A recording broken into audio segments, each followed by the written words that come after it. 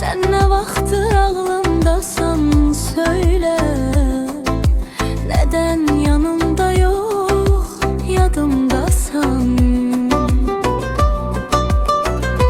Gör ne vaxtdır ilişmisən ağlımın hem kalbimin, hissimin ve duygumun en değerli yerine sen. Gör ne vaxtdır ilişmisən ağlımın hem kalbimin, hissimin ve duygumun en değerli yerine sen. Söyle, neden unutmuram dile dolanan kelmeni mən? Gözlerinin rengini, saçlarının ətrini mən. Aşık miyəm, dəli miyəm, bilmirəm ki o gündən mən. Axtarıram küçələri, bəlkə çıxdın qarşıma